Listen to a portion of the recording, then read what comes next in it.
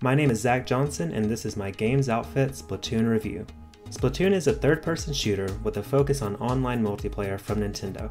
Splatoon isn't a traditional shooter in the sense that the main objective isn't to blast opponents with your weapons. Instead, it is to cover as much of the map in ink as possible in the game's core mode, Turf War. One of the core mechanics in the game is transforming into a squid to refill your weapon with ink, travel faster, jump longer, and to sneak up on opponents. As a squid, you can only swim through your own colored ink. This is a really interesting mechanic that makes the game a lot of fun to play.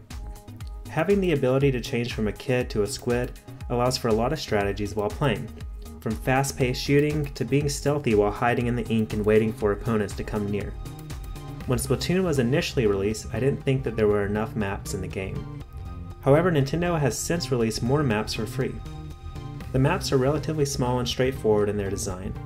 At first I found them to look a little bit dull, but it serves as a good contrast to the bright, colorful characters and ink splattered everywhere on the map. The map locations are pretty diverse, ranging from ports to skate parks to shopping malls. Playing online works surprisingly well. I never had any problems finding people to play a match with, and I hope that players stick around to retain interest in the game. I think this is where Nintendo really needs to do a great job releasing map and weapon DLC to keep things fresh.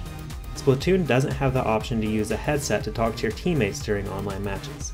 While playing online, the gamepad shows where your teammates are on the map and how much territory you have covered in your designated ink color. It is relatively easy to strategize with your team considering you can see where they are on the map at all times and know what weapons they are using. Strategizing with your team is also made easier by being able to tap on a teammate's icon on the gamepad screen to teleport to their area. One of my few complaints about the game was that there weren't enough modes to choose from while playing online. However, Nintendo has recently added new modes to the ranked section of online play. The game has an experience-based leveling system. Leveling up coincides with unlocking new clothing, accessories, and weapons, as well as receiving money to purchase new items. All of the items also have different abilities such as Ink Saver or Quick Respawn.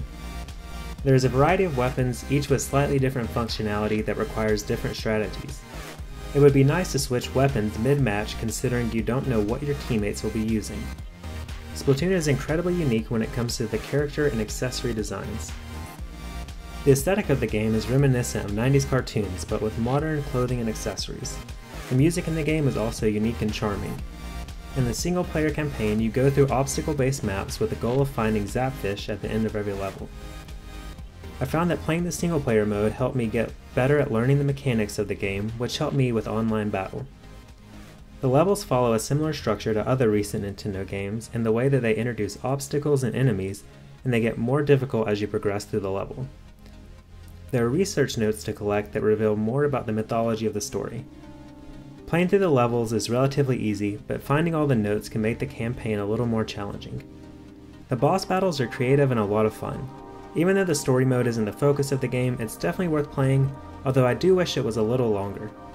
Splatoon is a really fun and vibrant shooter with unique mechanics and solid gameplay. Personally, it is one of my favorite games to play on the Wii U so far. I give Splatoon a 4 out of 5.